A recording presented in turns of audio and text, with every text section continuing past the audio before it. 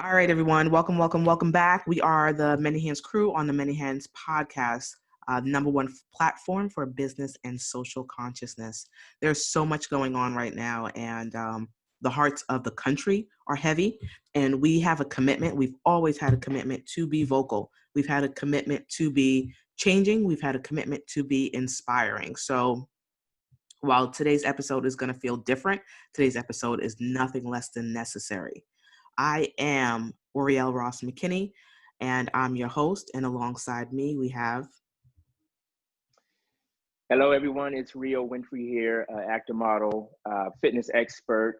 Looking forward to today's conversation. As I was saying, it's definitely been a deep week, but let's get into it. Yep. And this is your boy Antoine Watts here, founder of Personal Injury Professionals, also partner in Keep Calm Services. We're looking forward to having this conversation today. And as always, Brian McKinney, B. McKinney, McKinney Brands. Let's talk about it. All right, you guys. So we usually open up with music, and I told the fellas today, I said, it just doesn't seem appropriate right now. Not that we won't have an intro, but it just doesn't seem appropriate. It seems like we need to have a wake-up call. So wake up, everybody. There's no sleeping in bed. No more backward thinking. Time for thinking ahead. The world has changed so very much from what it used to be. There's so much hatred, war, and poverty. Wake up all the teachers. Time to teach a new way. Maybe then they'll listen to what you have to say, because they're ones who are coming up and the world is in their hands. When you teach the children, teach them the very best you can. And I bet 90% of the audience will know where that's from. And 90% of the audience will understand the passion behind that as we get into this. Today's topic is Black trauma. When we first said, okay, let's talk about Black trauma, it was about mental health. And as we close out May, which is National Mental Health Month, it made sense. It's been a topic that we were talking about since season 1 that we didn't get to. And we said, oh, this is perfect, right? We'll line it up. But now we're living through trauma that's built on trauma that everyone already has. So the title fits perfectly. The conversation is going to go in different directions, but we're going to have a common tone of expression. We've always said, okay, this season especially, we said, okay, you know what? We're going to concentrate on action items, what we're going to do, making lists, making sure that we're contacting people. But really, right now, we have to get out the emotion behind what's going on. So that's more important. But at the end of the day, it's going to be fruitful. That's our commitment to you. So we're chomping at the bit, and the pulse of the conversation is beating through our chest. I know that for sure. And at the end of the day, without this meaningful conversation, there's no point in having the expression. So my first question or statement: I wish America loved Black people the way they love Black culture. Does America love Black people? Okay, you guys. You started off pretty heavy with that one, which I like. Like you said, this conversation needs to be had. Current actions are showing no, and I'm not saying that goes for completely everyone. Like I said, it's all about, it's all about racism being abolished and equality. I think the culture is definitely more so loved than us as a people, for sure. You see that it's so heavily important to whether it's sports, whether it's NBA, NFL, which are sports that are predominantly African-American players. You see they'll go out of their way for the players and certain fancies, but when things get pretty tough and pretty hard, they kind of draw back a little bit. Only until recently, you've seen like a lot of support from major companies, say as Nike with Colin Kaepernick, and I know recently they've put out some material on their website, and they're just doing campaign is now just don't do it and so forth. But I feel like it's kind of improving, but ultimately it's still a lot of culture vultures out there. Excuse me. In the question, does America love Black people versus Black culture. I believe America loves the idea of what, again, Black culture, what Black people provide and what we contribute as a whole. But when it gets down to the actual caring about and the growth and perspective of Black people, I personally don't believe that America cares as a whole. We've seen the true colors of a lot of people come out over these last couple of months with, what went on in Georgia and what's been going on across the country in Texas. And, there's just a lot that weighs heavy on us, especially with these recent events. But it is hard for me to believe when I'm seeing a lot of the comments that come across, when I'm looking at other news outlets and watching people's actions, because they say you can show me better than you can tell me. So your words may tell me one thing, but your actions tell me everything. So it is hard for me in recent light to see what's going on, and it's hard for me to believe that America actually embraces and loves Black people. That is just very hard for me to believe. And as you all know, I'm the guy, I love love. And I just can't, I don't feel it and I don't see it. Yeah, I agree with you. I'm going to flip this over to B. One point that I want to highlight is when it comes to our Black men, when they need to have the conversation of what happened today, what they experienced, the hate that America threw at them. How do they do that? How do they do that if they're in a household that's of mixed race? How do they unload the hate that they're getting every day, the non-love, and continue? So, I mean, it's just a matter of point, because that in and of itself is a whole new conversation. But B, what are your thoughts? Black America love, Black culture love. Yeah, I mean, I think it's always been, if we really go back and look at the history, America loves Black minds because we're very creative, and the things that we've come up with. I think it's more of America loves Black culture and what we bring, but they love it until it's time to be Black. They don't want to take, America does not want to take what me as a Black man, what I go through on a daily basis, because they're not ready for that. But I think that America itself is happy with everything that the Black culture brings. Okay, absolutely. And then you said like the Black mind, and the thing about that, why I'm gonna do my thing, challenge. They like it when it comes to music and culture, that kind of mainstream culture. But we have to fight for our position in the art museums, and we have to fight for, hey, even if you go on an art tour or some kind of art walk, you're like, hey, can we move a little bit to this African American art section or building things like that? You have to fight for that kind of the intellectual contributions that we made, also having to fight for that position. Some of those contributions should be top of mind, the way that all contributions to our intellectual advancement are. And Sorry, so you're correct in that, and so I guess what I was saying is, we can see through history that ideas that are invented or created by African Americans have been hijacked, or they've tried to hijack. So when I say they like our minds, they like it in that sense. But true to your point, where we're placed in art museums or whatever the case is. I mean, I think you're right. We're still fighting for our space. Well, and just to touch on that point right there, just really quickly.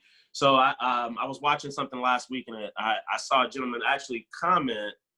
It was a topic about he was talking about the African American Museum, and why was it important to have that museum? Why couldn't it just be a normal museum? And why did it have to be and I just wanted to watch the video because I didn't understand where he was coming from. And it kind of goes back to why HBCUs were created, right? It wasn't like we had a choice. It was Black people could not go to college at other universities, so those things were created. Again, in art museums across the country, one of the most powerful things about that particular museum is that it is solely focused on African American art in culture, and it just 2020 we still having that conversation, right? Why do you have to have BET, right? Like it was just kind of pointed to the overall conversation and the undertones and underbelly of these types of conversations. Right. And we don't even have BET anymore. It's owned by Viacom. Right. Let's be clear about that, number one. Exactly. But, respect to Bob Johnson and has been creating that. All right. And number two, we need the museum because so much of our history is still omitted from our educational system. And it's like, we'll focus on Dr. Martin Luther King Jr., which, don't get it twisted, was number one hated man in this country. And Absolutely. So just because the ancestors of those who hated him and hunted him down and killed him now say, oh, this is a great statement, they didn't think so in the past. So we have to reflect on, the pathology and the DNA that we're all would come. But, we're talking about what's omitted. Something else that's really omitted right now is the voice of a true, we've got some leaders. I'm not going to say we don't have any leaders, but we're not organized nationally. So where we have a leadership that is helping to create progress, if that makes sense. So, what's omitted? I'm thinking some of the people like, I brought up like Michael Jordan, just because so many people spend so much money on, the Jordan brand. So many Black people spend so much money on the Jordan brand. But, there is no Jordan voice in terms of, using his platform for something bigger than that, right? There is, we put so much into music and there's no leadership, so much into entertainment, into the movies, there's no leadership. We should have, the thing is, the difference between the protests of the past is the organization. So it wasn't like, we're angry, it's protests, although I understand, what's coming from, because no riot started with a riot. It started with that letter. It started with, this is what's upsetting us. And then they get no response until, it becomes what it is. So, but where's the leadership? Because at one point when the civil rights movement was going on, you would have a rally.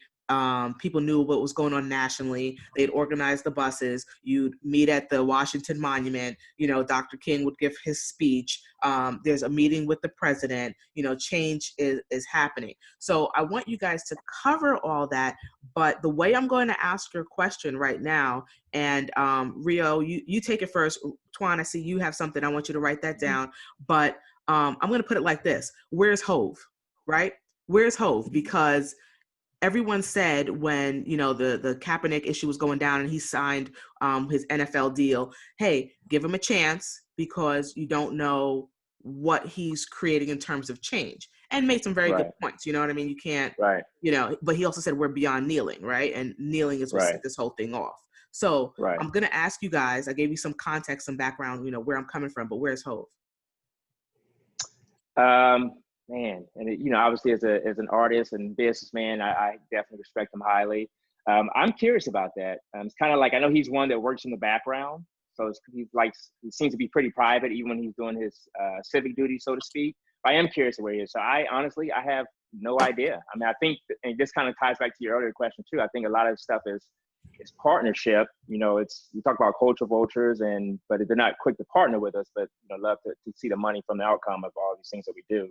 But who knows? I think now more than ever, we need to hear a voice from Hove. I think so. Jay-Z was mentioned, Oprah was mentioned, Tyler Perry was mentioned. Now it's time to kind of come out of that privacy thing, in my opinion, and speak out. Well, but the same rate, the young people need leadership, right? Yeah, they do. Because it's going to get attention, but I think that our political leaders are okay if it ends in a bloodbath. Oh, they are. I mean, it's been said. I mean, think about, what was it recently? 45 was saying they're going to have a MAGA party or something at his place. Yeah, I didn't hear that. I did hear that He, it was more of like a he release was, the hounds, like straight. Like I lived in Birmingham for a couple of years, and they have a monument mhm, dedicated to civil rights. It's like an open park, uh-huh. and it's like the dogs. You could see it's memorialized how the dogs would attack Black people, and Right. it's that vision. Like it's something to see, and it's Uh-huh. such a historic place. But I know that he is moving in that direction. Twan. Right. So it's as it relates to Hove, um, you guys, you guys know how I feel about Jay-Z and the movements, and um, I give him the benefit of the doubt that some things have to be moving behind the scenes. But like you said, like you stated, we need forefront leadership. Um, you know, we need those people that we look up to in our culture to speak up for the culture. I mean, they've done that in the past, so I wouldn't expect them not to do it now. But in the present moment, I'm looking at my man, and I hate to say it, but I'm looking at my man Killer Mike in Atlanta. I mean, Yeah. this guy is, I look to him, David Banner. That's another guy that I look to. They don't have the profile of a Jay-Z, but those guys, their passion is so much, to me, it's just as impactful, if not more, than his, because they're in the forefront speaking it. But I would like to see Jay speak out more. I don't know his reasons And for why he's not. he's right. He could be writing his speech right now. Right, and that's why I Yeah. say, like, behind the scene, and I always believe that you can get more done that way, but I just think people have to see. I talked to a local politician about a year ago, and I asked why they put everything on social media, and they stated, because if I don't do it, people don't think I'm doing anything. And it's amazing. People have to see you doing things in order to believe that you're doing it. Mm-hmm. And Right. and that's the part that we have there.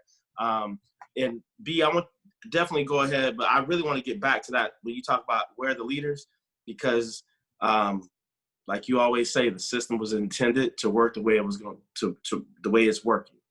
And this organization, that was always the key. Take the leaders, this organization, we control the narrative from there. So I really want to get back into that. Where are our leaders for real? Yeah, I mean, I agree. I think, you know, as far as where's Ho, man, it's tough, man.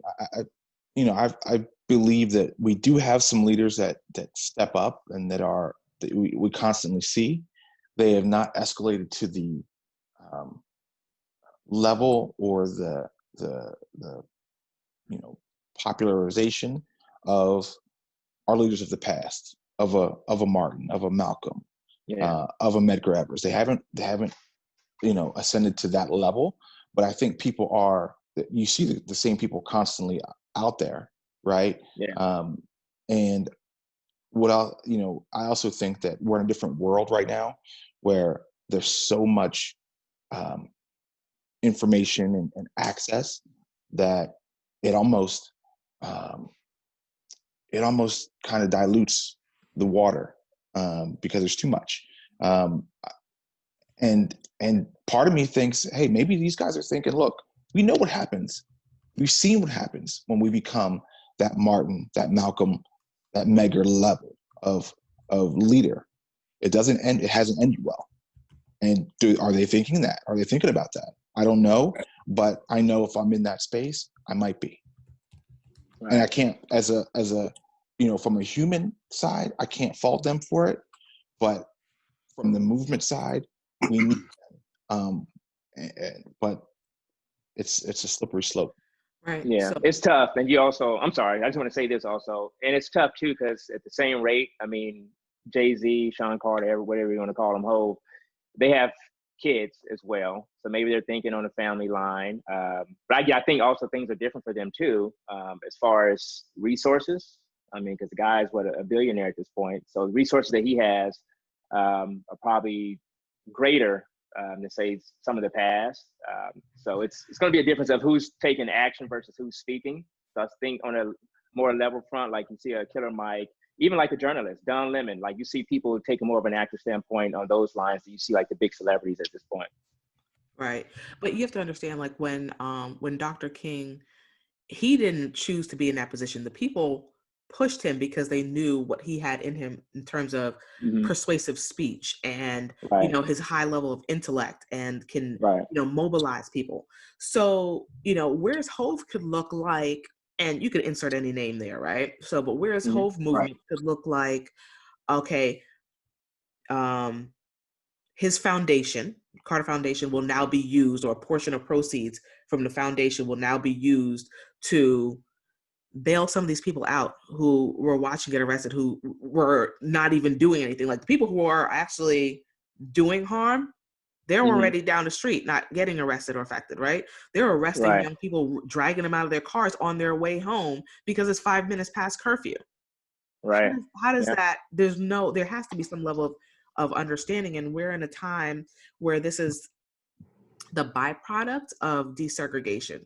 So during segregation, you had no choice but to support each other and look for each other, support Black business, and have an economic base that, you can use to fund the NAACP and other organizations to be about change.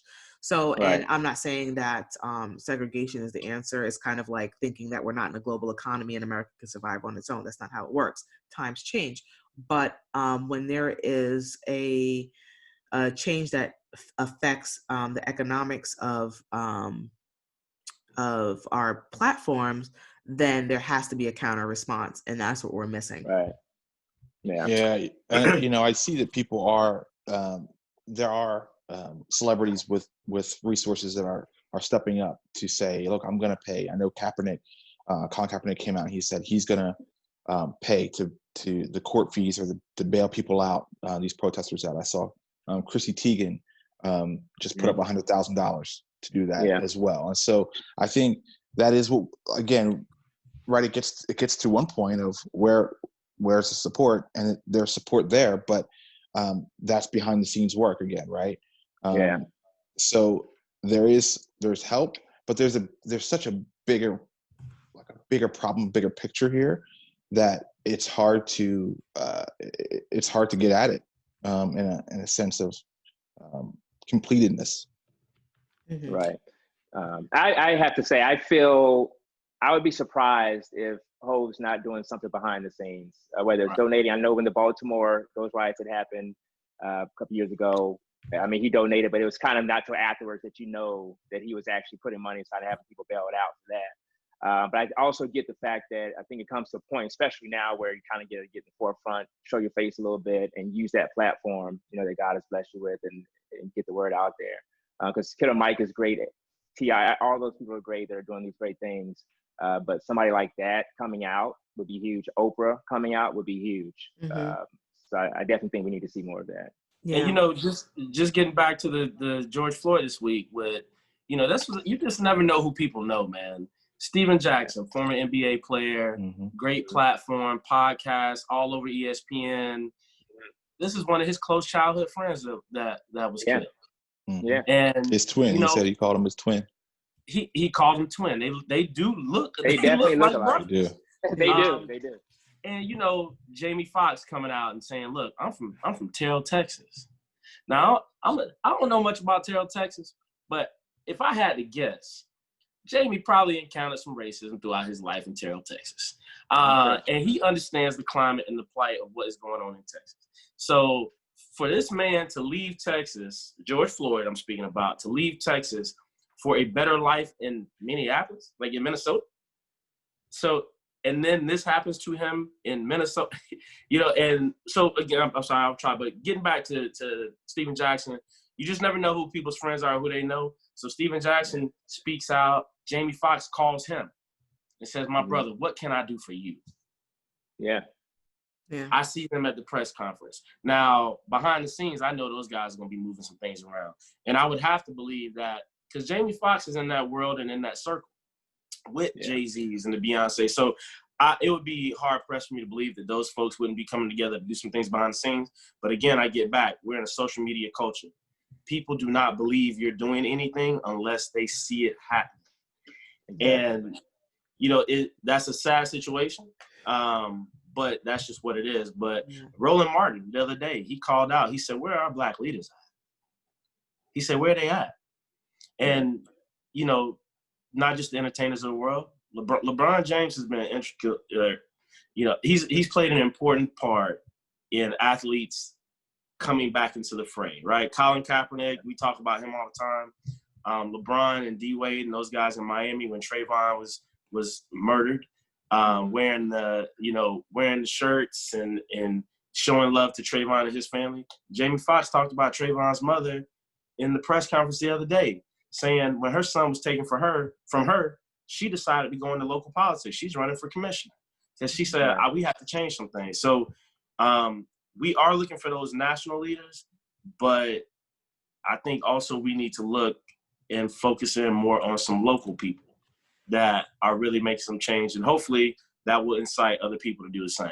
Right. I mean, I consider Roland Martin one of our leaders as well. Right. You know, his voice has been echoed through the Black community for a long time. You know, there's a quote, and it's people from both sides have to feel what's going on. Justice will not be served until those unaffected are as outraged as those who are. Very true. Benjamin Franklin said that. Mm-hmm. So let's think about it, right? It's okay when they're affected. When somebody who doesn't look like you is affected, all of a sudden there's no problem. There's no validity to what's going on. But just, you know, food for thought. I'm going to go to, there's been a common question that our listeners want addressed.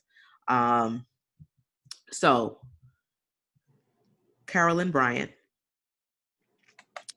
1955, made a statement that got Emmett Till killed. Amy Cooper, 2020, made a statement that almost got Christian Cooper, no relation, killed. Make no mistake about it. All of us viewed tape this morning on the behaviors of the NYPD last night through the protests, which are very heavy and disturbing. So I'm going to combine the question with the Amy Cooper scenario, thinking back to Carolyn Bryant, who recanted her story, but, you know, how do you replace life? And she never got any punishment throughout it. And George Floyd. What were your feelings when you saw those videos?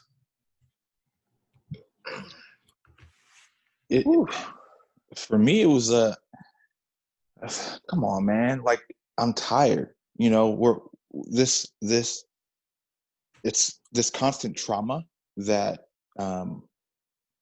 the Black people face on a daily basis. You know, we talk about we can't do anything while Black anymore, and we could add bird watching and this, you know what I mean? And what I saw was this woman weaponizing her race, and that is what we've been seeing, all these Karens and Beckys, and we're calling them all these different names, but at the end of the day, what is consistent throughout is this privilege that we continue to talk about, and those white folks who understand privilege, thank you. We appreciate that you understand your privilege, and I know some folks, some white people that use their platform and their privilege to do better. But those who say, "Oh, I don't have any white privilege. I just work harder." For her to call, and she knew the cadence, she knew what she needed to do in terms of her voice. She mentioned multiple times there's an African American man who was attacking me, who was threatening me. When is enough enough? Like, and where are her charges? Because the last I heard, that is filing a false police report. Where are those charges? And they're actually proposing new law against this, because this takes it further, right? And like falsifying a police report, like this takes it to another level. And like you said, B, she knew the cadence. She knew the trigger words, right? That's really what it was. It was the trigger words. She weaponized race, and if this guy was not recording her, and this all started because her dog was off a leash, by the way.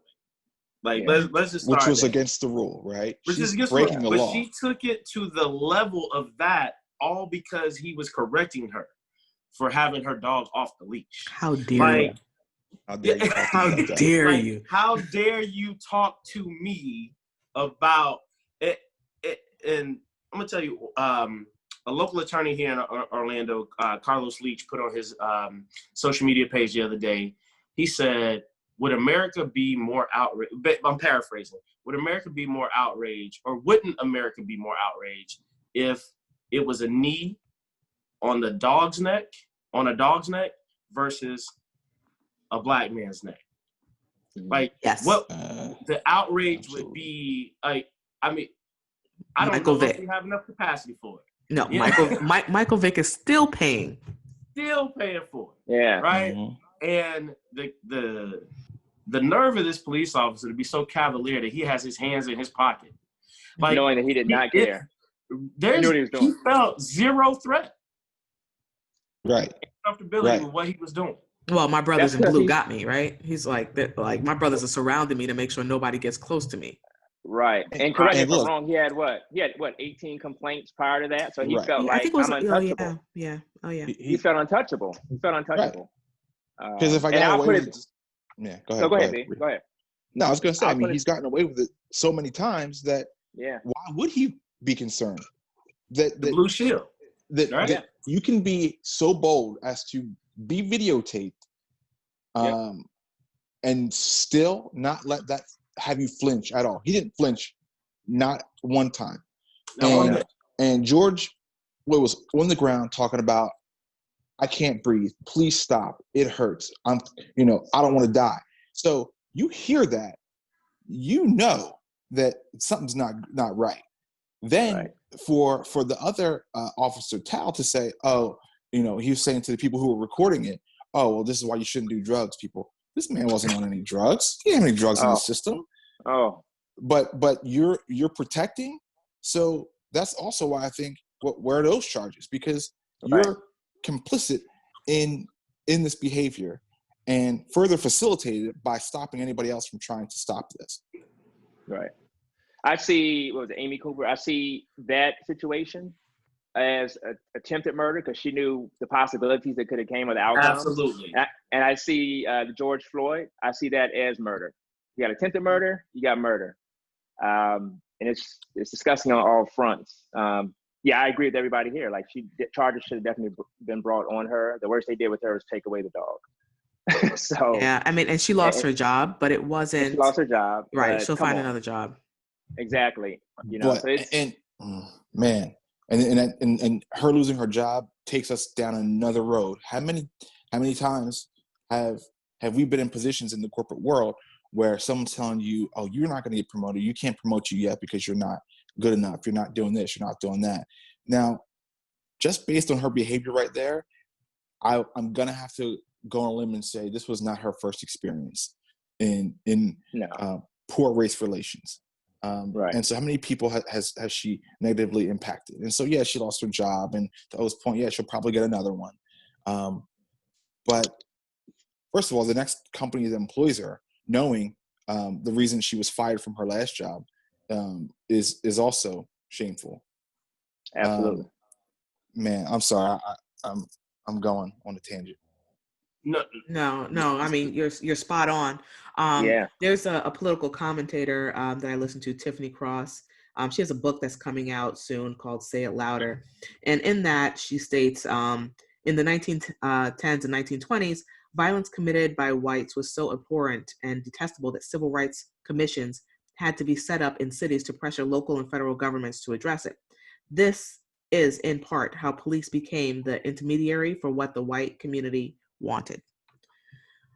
They've had the privilege of using the police to protect and serve and understanding. And while we received those same lessons, we never had that same level of comfort or security You know, when Black mothers have been crying for years, you know, we have an issue. There's, you know, whether it's drugs in the community and everything, it's not taken seriously. It's not taken to the point where, hey, let's help our children. You know, our sons are dying, our daughters are dying. It's not taken seriously.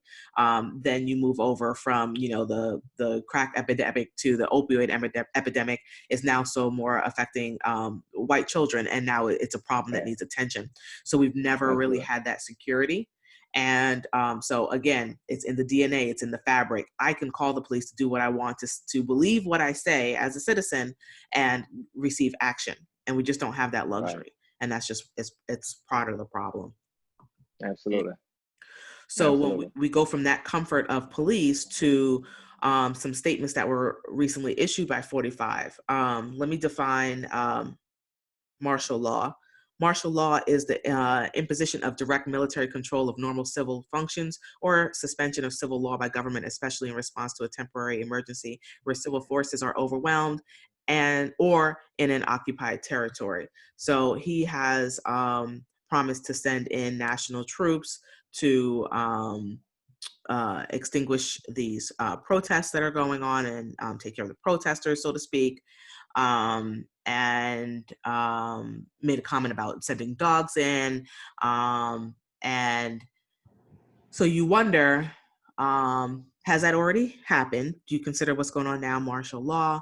Are we going to get worse? And where are we going to end up? What do you guys think? Yeah, I think it's heading that way. I think we're very close to getting there. I will say this, there's definitely a huge potential for it to get worse, especially depending on what happens with this officer within the George Floyd case. And the rest of the officers. Yeah, they arrested the officers, but God forbid. And the rest of them, the other three as well. Right. So they're not arrested yet, right? They have no. Right. No. So it depends on what happens with this whole ordeal. If that goes left, meaning if there's not arrest, and even if the main one, Chauvin, is convicted, but say he gets a light sentence, man, it's not going to be good at all. It's not, because we're already fed up. And when you start seeing red, everybody's like, oh, the protests are getting violent. When you see red, like you don't think rationally. You're not thinking about anything. You're tired. You're over it. Hear me speak. Hear me now. So there's a huge potential for this to get worse. Well, but that directly correlates with the Eric Garner, right? Like police officers are on film. Yeah. And the charges not happening right away. The getting off and so we've seen this blueprint before. Right. It's like you think this is open and shut. You're like, look at this guy. Like they murdered this guy. Yeah. Right?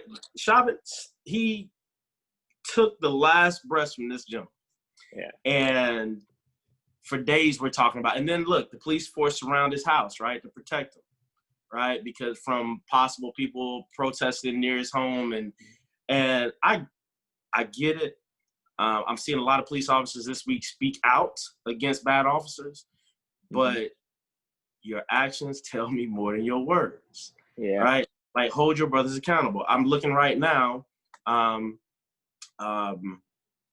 a page, and it shows that in Coral Gables, police officers in front of it looks like maybe the police station. It's some steps, and they're all taking a knee. They're all white officers, and they're all taking a knee. And it says police officers taking a knee with protesters at rally today in Coral Gables. Maybe there's some hope.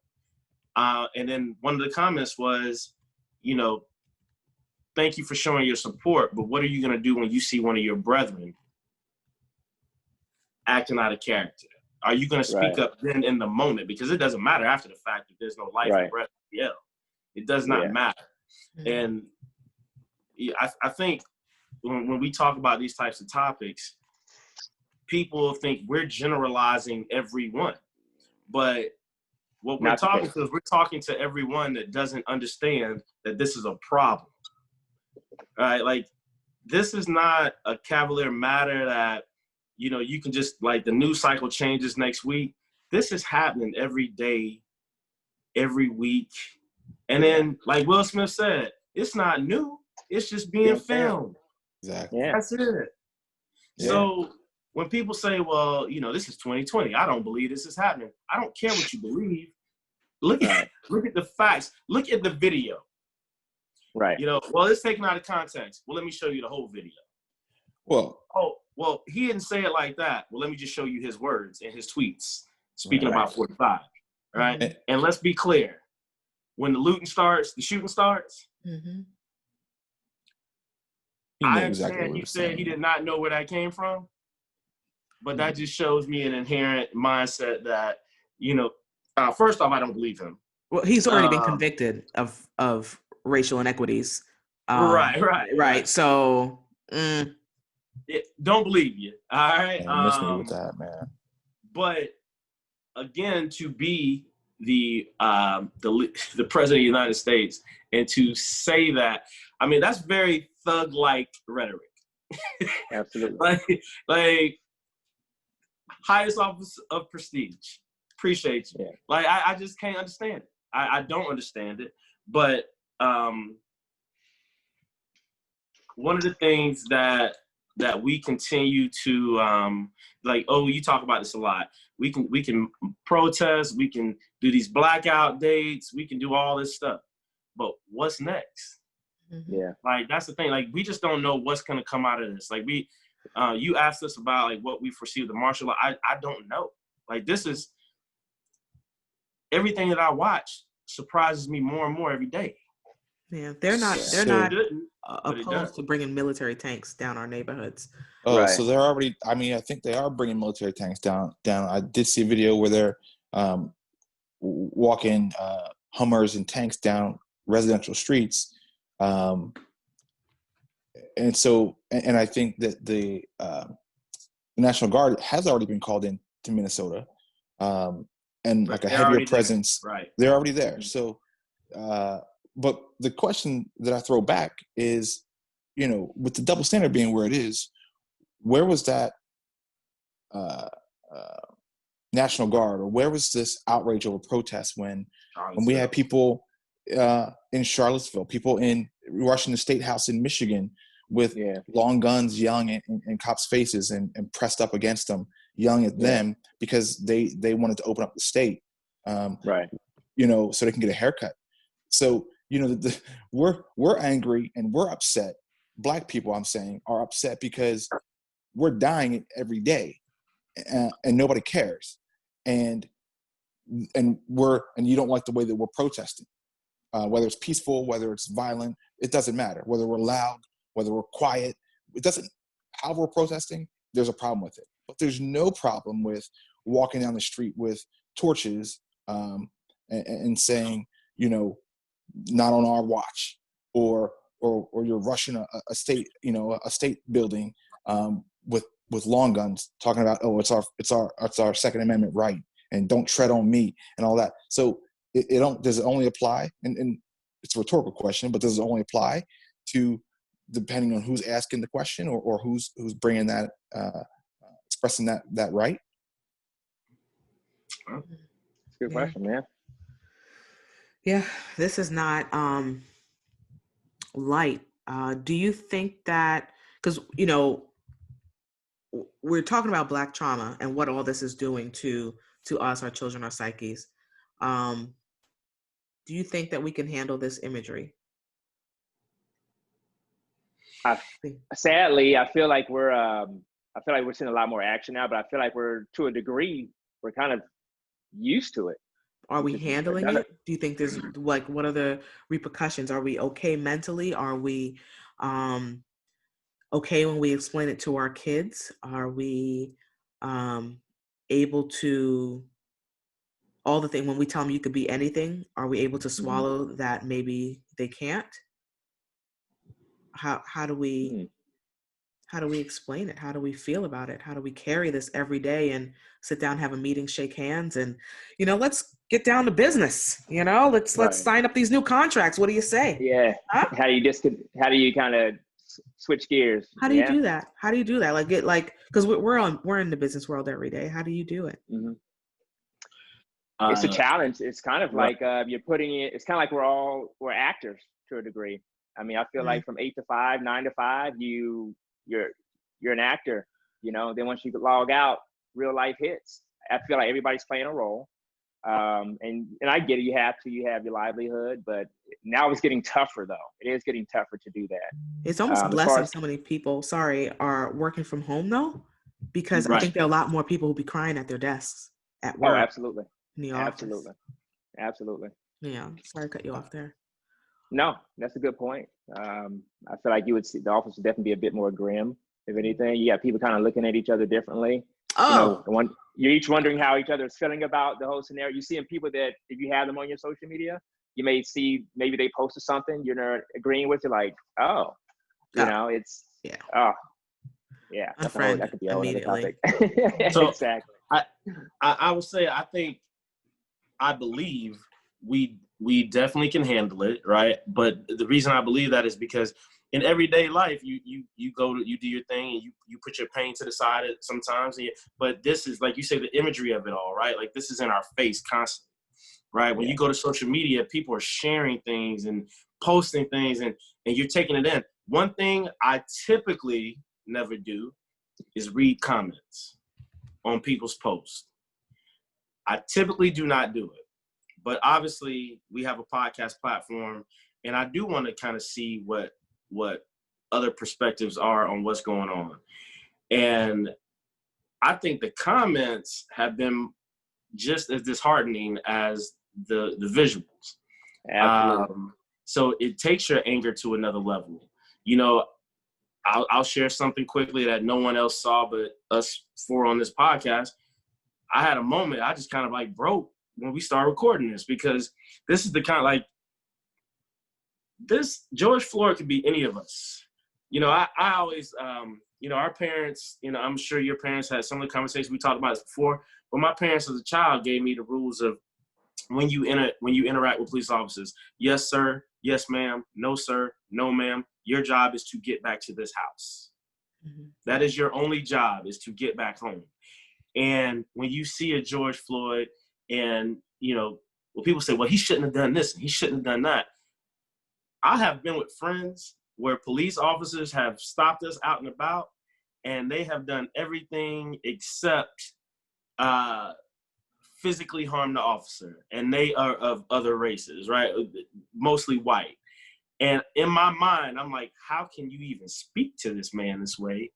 And then the reaction, I know if it was me, I believe strongly the reaction would have been different towards me. So can we handle it? Yes. What we will do is we'll do the same thing we always do, right? You manage your pain. But the one thing that some people may not be able to do is manage that outrage. Mm-hmm. Because in the moment, Rio, you talked about it earlier, right? I don't ever believe in losing overall control, period. But I believe it happens. So when you say Absolutely. seeing red, I believe that happens. It's happened to me once before in my life. Luckily, nothing came out of it that was detrimental. But you know, you manage your pain. We have jobs to do. We have livelihoods. We have families to provide for. But at the end of the day, George Floyd is us. George, your kids could be a George Floyd one day.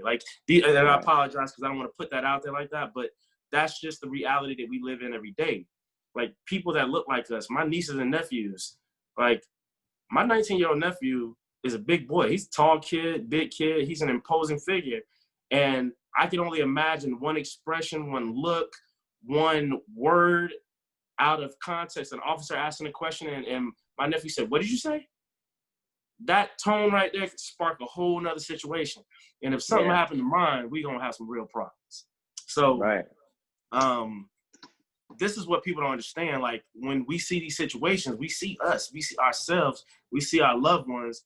And that's the thing I think people don't understand. Like I always say, unless it affects someone directly, like we talked about earlier, they just sometimes just don't give a damn.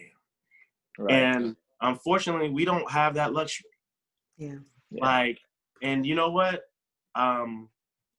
Compassion, man. This political climate has erased empathy and compassion for people. It just amazes me. Something bad happens and they're like, it's immediately like, we'll blame the victim. Mm-hmm. You don't even know what happened. Like, I understand Yeah. we go the other way. We go all the way the other way sometimes, and we don't know exactly what happens. But, Right. you know, just the fact, you know, Ahmaud Arbery, why was he running through that neighborhood? Well, what? Yeah. Well, hell, he has the same freedoms you have. Yeah. He Right. can I go don't have to anywhere he explain wants to go. myself. I don't have to explain Yeah. myself to you why I'm here in this moment right now. I don't need to Why are explain you in this myself. apartment building? Why are you in this Yeah. gym? Why are Right. you in this pool? Where's your Right. keys? Where do you live? Mind your Yeah. business. Right. They said he was looking into a house that was being constructed. Then they have video of like 7 or 8 other people that were doing the same thing. Right. You know, so don't use that excuse either. It's always Right. an excuse. And I always want to say for anybody right now, or even in the past, anybody just feeling like, oh, I don't know what the big deal is, or they're not showing any type of compassion for what's going on, or they're getting offended by us saying, you know, we need to stand up, George Floyd, Ahmaud Arbery, Breonna Taylor, I'm sorry. You need to kind of take a look in yourself and figure out there's something wrong with you. This is a human thing also. And it's like I said, we've all seen it. It's not black versus white, it's black versus racism. It should be everybody against racism. So that's the thing.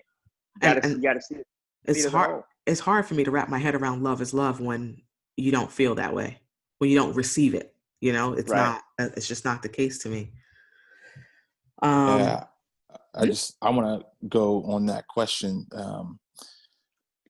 We're not okay. I'm not okay, you know?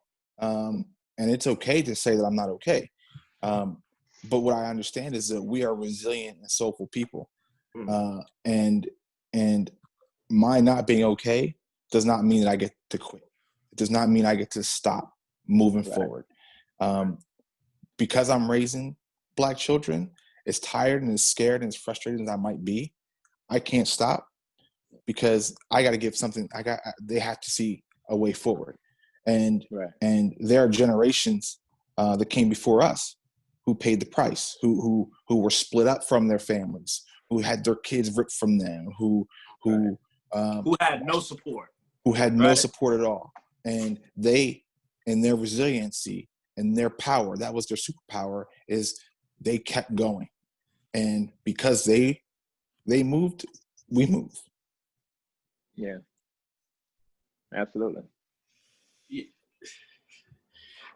know, Brian, you said something earlier, you know, when we talked about the protesting, you said when we peaceful protests, they have a problem. When there's riots, or when there's you know, when these protests get out of control, they have a problem with how it's done. You're damned if you do and you're damned if you don't. And I believe just like with Martin, Martin Luther King Jr. had a viewpoint on how he was going to go about this, and it was going to be nonviolent, and he moved the needle in a lot of ways. But so did Malcolm X, and he had a completely different viewpoint on how to get things accomplished. So there's more than one way to get to the end result. But the thing is that we need to, and you talked about this in the last episode, we need to have a generalized agenda and action steps to push the movement forward. No matter what your perspectives are, the end goal is still the same. And absolutely, the pain is going to continue if we don't, come together as a, Rio, you said it, right? This is everybody versus racism. Did y'all see the video where white protesters were standing in between the police officers and black protesters? See, when people tell me they don't understand, people understand. Those white protesters knew that those officers would not do anything to them to get to the black protesters. That was the line. Right?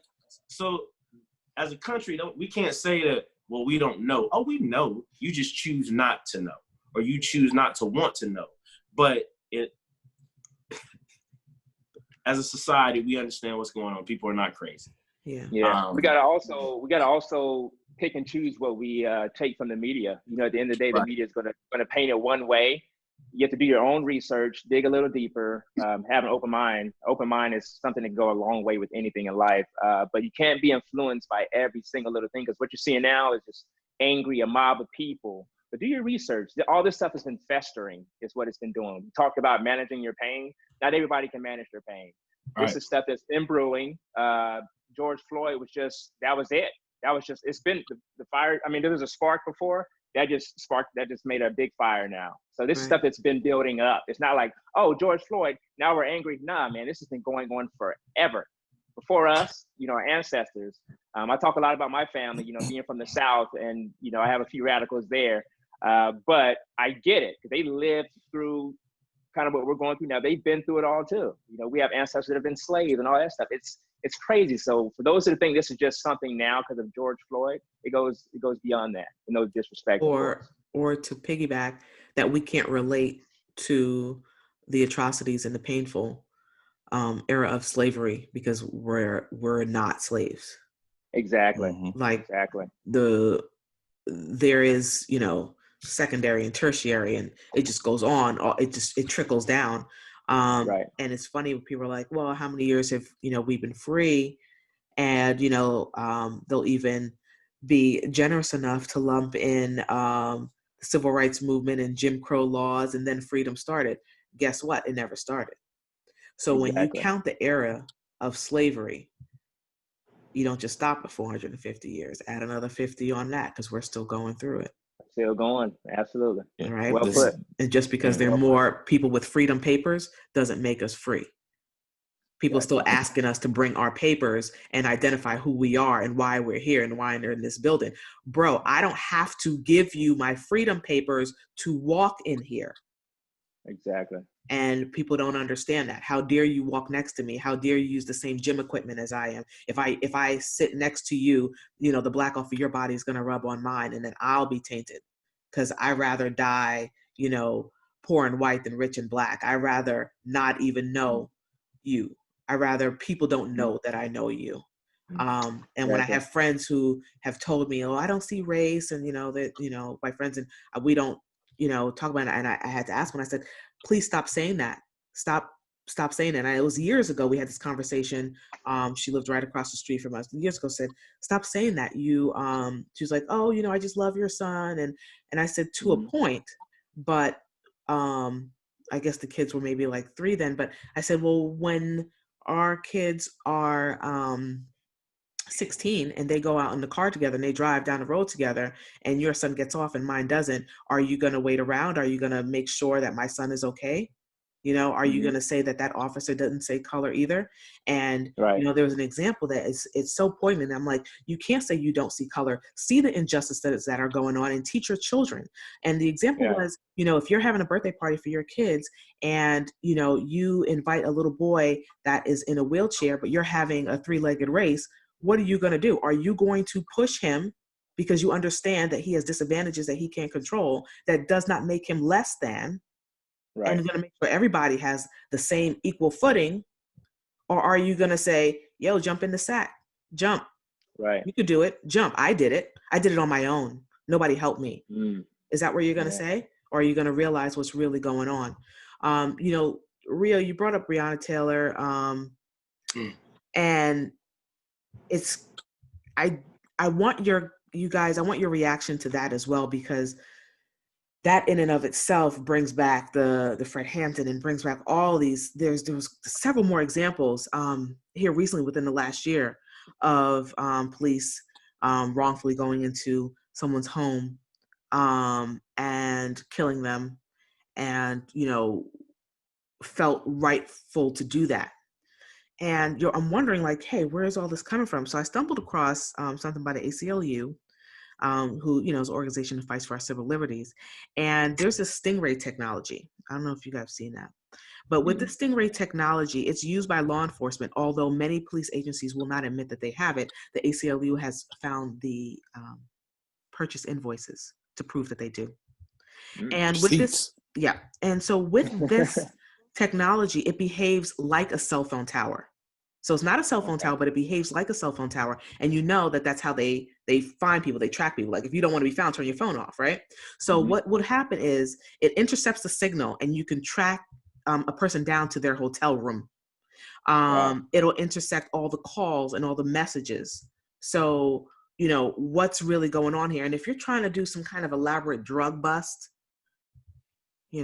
okay, you might be a proponent of it. If an Amber Alert goes out and it's a child close to you, you might want that technology used, right? A runaway, any kind of abduction going on, all this domestic violence that's happening now, or this, the light is out on now. So the Stingray technology, there's law enforcement using it. Only one agency admitted to it. All the others declined to admit to it, but we know that they have it. And I'm starting to wonder, I'm like, is that the technology that they're using to bust through these doors and take these people's lives under false pretenses, wrong information, what have you? Is it just racism from the start? Is it poor police training where they don't shoot to maim, they shoot to kill? They don't think through, they don't go through sharpshooter training, because if you bust in my house and I'll get up and I'll say, hey, what's going on? What do you, that's a normal reaction. Do I die for that? Because, I've got to run to the other side and get my kids. What's going on? And in the process of me running, I get shot. Right. What's I think your it's reaction? all of that. Yeah, what's your reaction to the Breonna Taylor? It's disheartening, once again. And if that is, I agree with you as far as the Stingray technology, even though it's the first time I'm hearing of it, but it should be used for other things. And if that's what they're using, it's not working, especially in that case. That was so disheartening. You have her her boyfriend there as well. I think they arrested him. I know they let him go, but I think they arrested him at the time.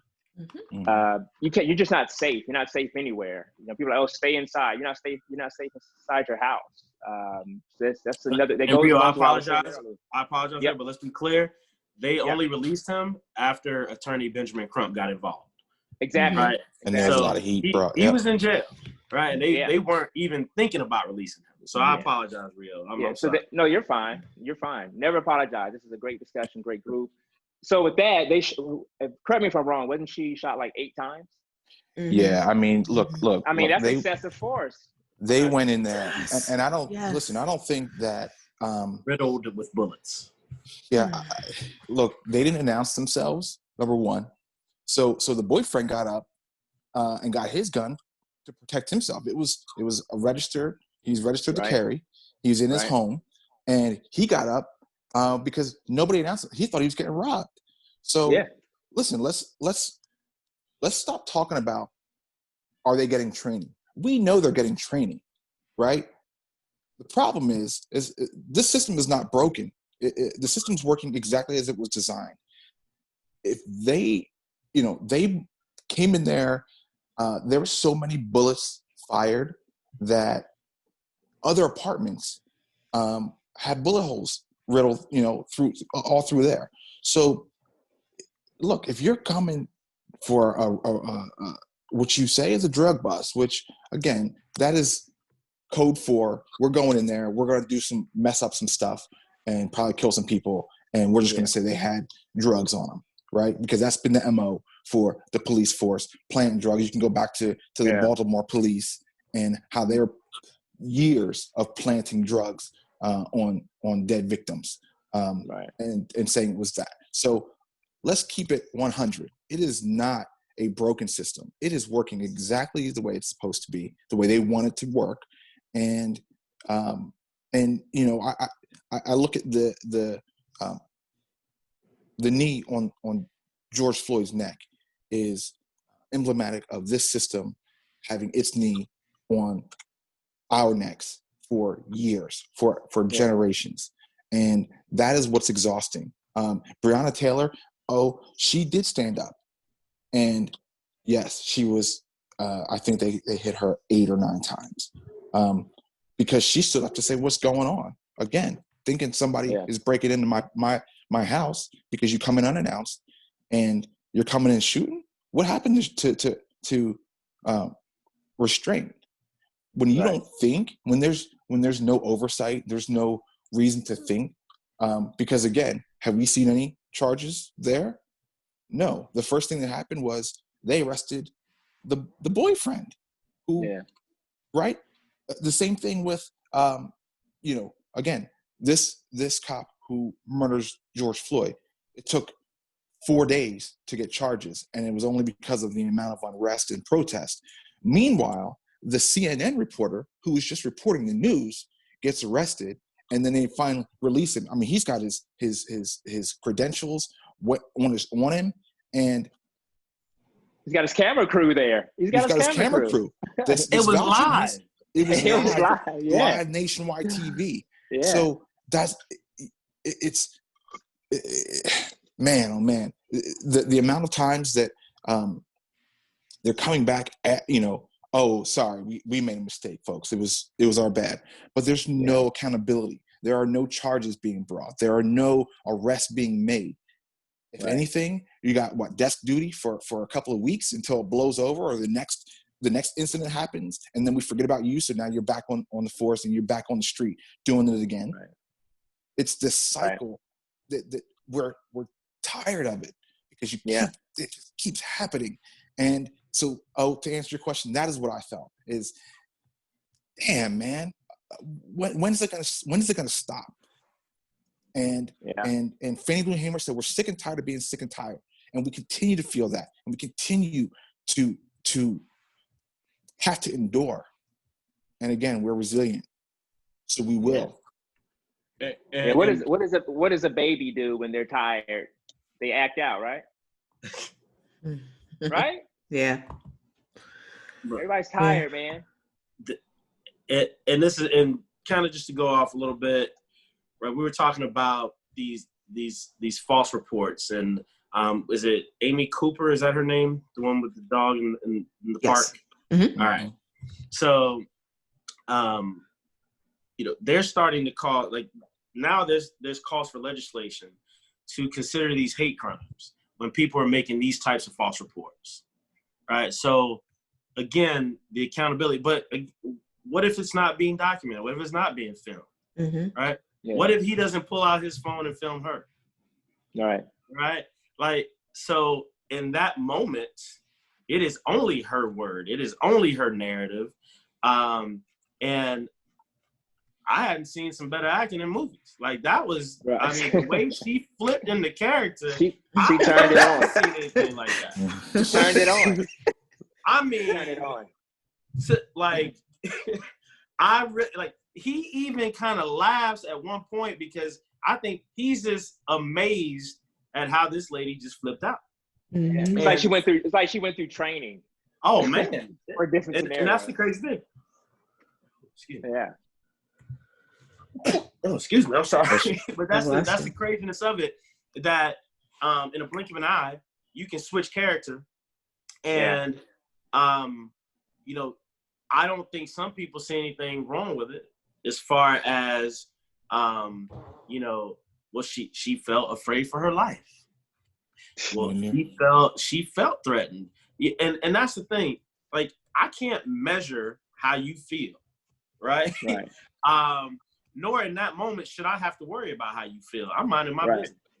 Right. I'm doing something, but I'm just kind of, hey, look, dog on the leash. Right. And it ended in a phone call. And then, I get the outrage. She's like, this is not fair.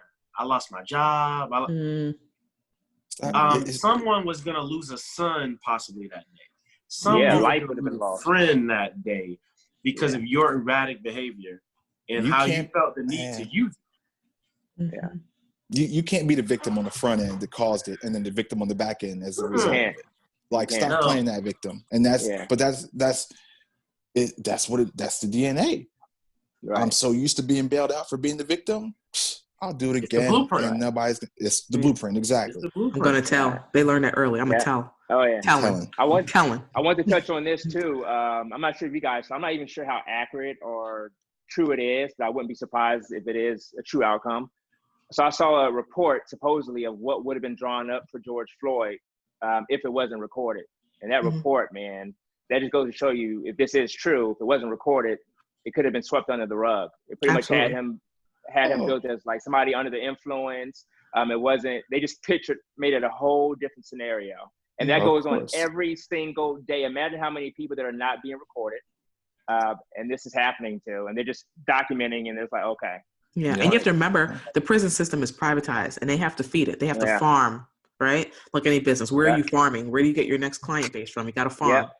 And once in farming, so just like that that judge that was arrested out of Pennsylvania that was convicting innocent Prison, black boys into juvenile prison, which is like Children. Yeah. Is juvie? Yeah. It has juvie. No, that's prison. Okay, school to prison. and it leads to adult prison. It changes who people are, but they're farming, and this is how they get their inventory. Again, the system is working exactly as it's designed. Remember, the first cops were slave catchers, right? So we have now an entire profession that not. And again, this is not to say that all cops are bad and whatever, right? But let's go back to where this started and the pretense under which this occupation was founded. And yeah, we build this this private prison system because why? People in prison are working for 85 cents a day to do all these things that corporate, these corporate companies are going to prisons to get their labor. McDonald's. So forget about sending it overseas, right? Forget about sending it overseas to have them work for $1.50 a day or $2 a day. And we have, when we can just do it right here at home, and guess what? It's made in the USA. Hey, it's made in the USA, but 85 cents a day. Did you guys also see there was another video released that happened prior to them putting George on the ground, where they had him in the back of the cruiser and they were beating him up.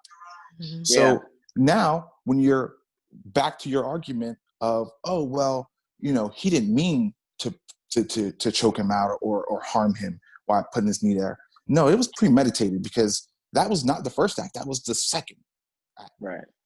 So that's the difference between murder one, right? Was it premeditated? Exactly. They probably don't feel like they can get that a conviction. Right. Or they don't want to get a conviction. And I believe so the charge was murder 3. Mm-hmm. Yeah. And that is not a charge that is that's only used in a few states across the country, but it's basically, I believe it's all did they charge him with manslaughter as well? Yes. Yeah. Because they were saying that basically in the other states that's the equivalent of a manslaughter charge. Mm-hmm. So the DA says that there's possibly more charges to come, more charges to be added. But time will tell. Yeah. How's that going to impact it? I just don't know. I want to know what charges the other officers are going to be charged.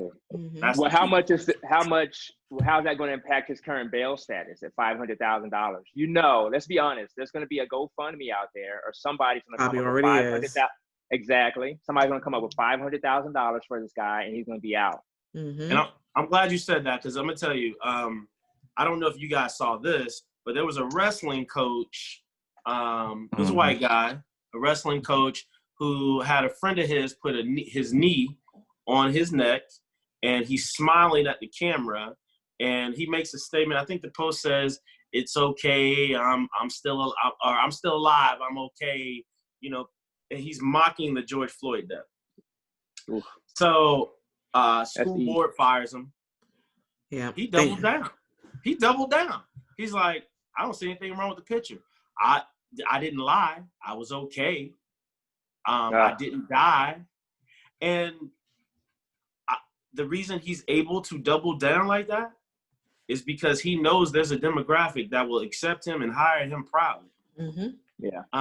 And he will be okay. Again, Amy Cooper, she's in this victim mode right now, but you did this to you, right?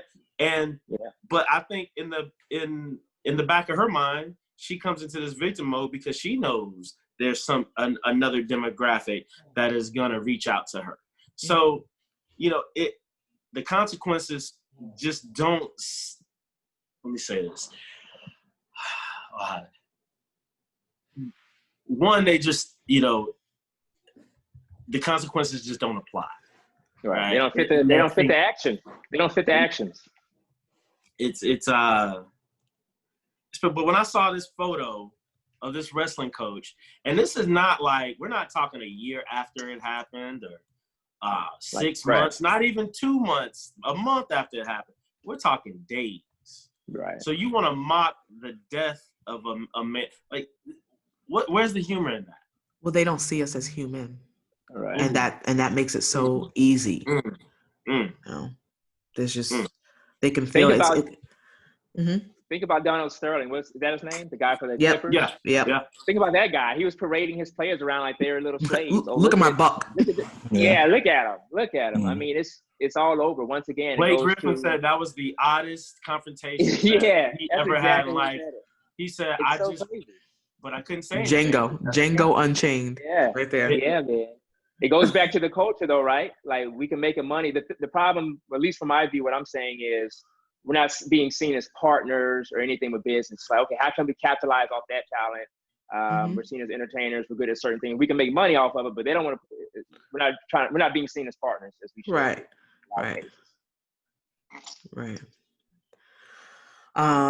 We covered a lot, and I probably have about 4 or 5 more questions that I could take on this, but I won't do that. I will go to our final thoughts, final question. I'm going to wrap them together. If you guys are ready for it. Everybody's ready for my final question? Yes? Let's go. Are we ever ready? No, and it's not easy coming up with the final question, Right. Yeah, I got you. But here we go. So we kind of explored a lot. We talked about the recent deaths. We framed it around Black trauma. What is this doing to our minds? What is it doing to our children? How do we relate to other people? How do we conduct business? Where did it come from historically? So what's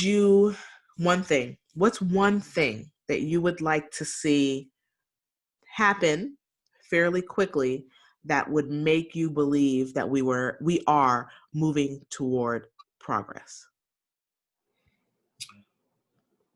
I would just like to say, in our upcoming elections, will the change that we need be seen?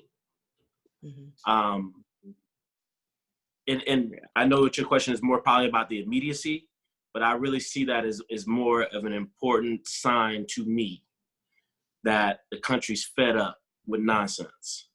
And you really want to see real change. You really want to see real progress. I just need to see the mindset of a country. I need to see where the mindset of our country is as a whole, because we haven't had, in my opinion, this leadership has not really shown leadership. And we've had some very trying times, and this is the time that you need the strongest leadership. So again, I just look for upcoming election. We need change in this country. And we need a leader to bring us together, not to increase the divide. So again, for me, that is just a bigger impact for me. I don't know necessarily about the immediacy of it, but for me, that is a sign. Good answer. For sure. I guess for me, it's more of a piggyback of what Twan's saying. And sorry for being greedy. I'm gonna take it 2 steps. So yes, a change in leadership, but I also want to see actions of that leader. Because you can have a change in leadership, and at the end of the day, politicians are salespeople. I want to actually want them to deliver what they're selling, if that makes sense. Oh yeah, that was kind of my thought as you were as Twan was making his point. If there was a change of the guard, so to speak, would we trust that they would do what's needed to do, what needs to happen? B, what say you? So yeah, right. I think those points that are made are valid, and that we got to get out and let's see this change here in November. But also, I think more immediately, I think to show progress, we do need to see charges coming with these other officers, because the more information that's out there, you want to stop all the protests, just bring the charges.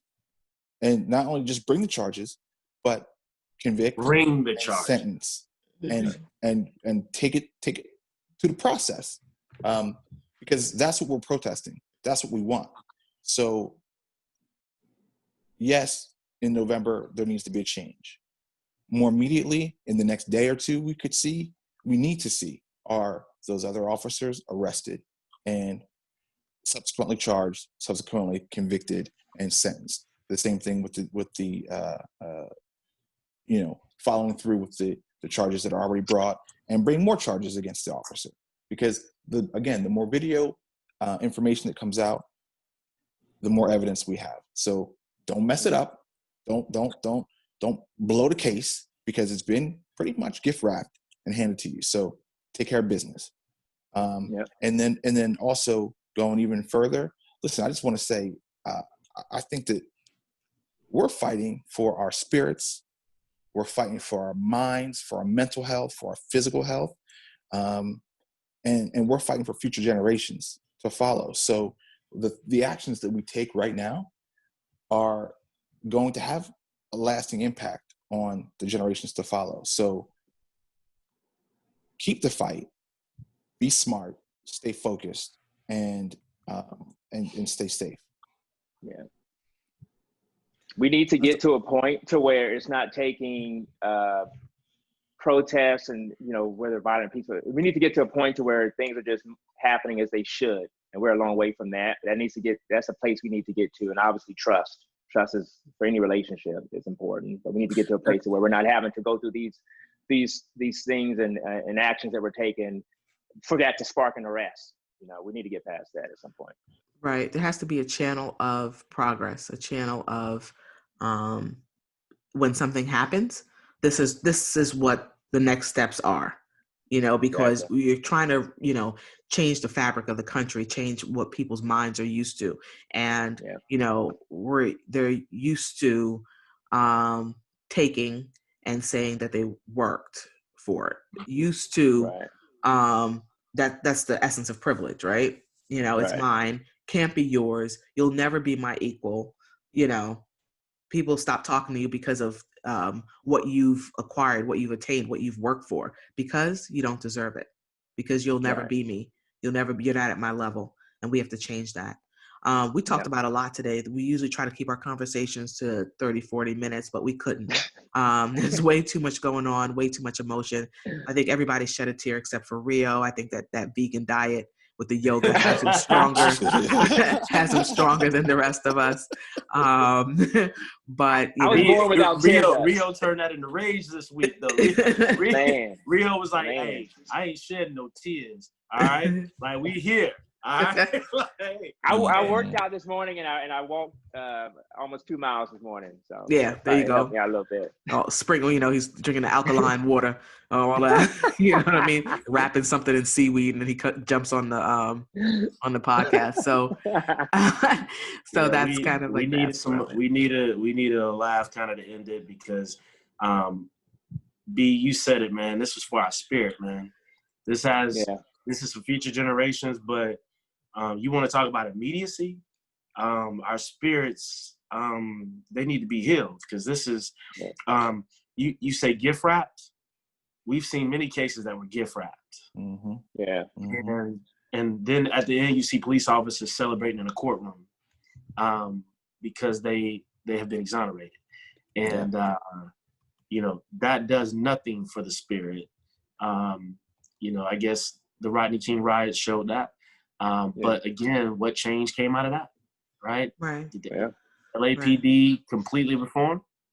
Yeah, so. Yeah. But yeah, this is for our spirits, though. That we absolutely need it for that spiritual healing.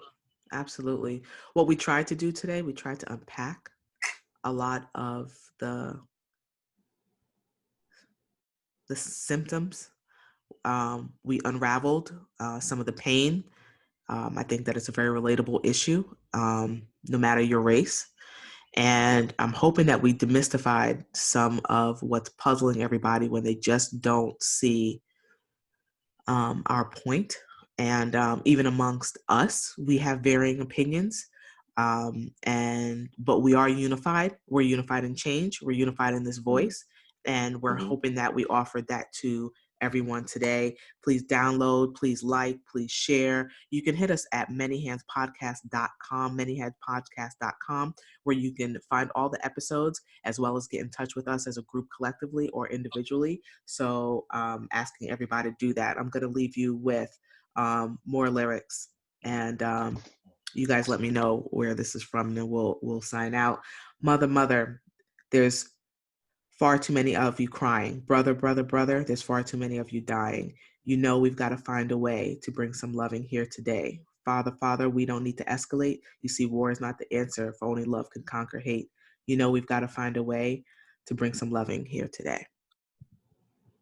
No truer words. No truer words spoken. Yeah, what's Than the going late on? great Marvin Gaye. Absolutely. Absolutely. So, fellas, grand opening? Grand close. closing. All right, we're out. See you guys next time.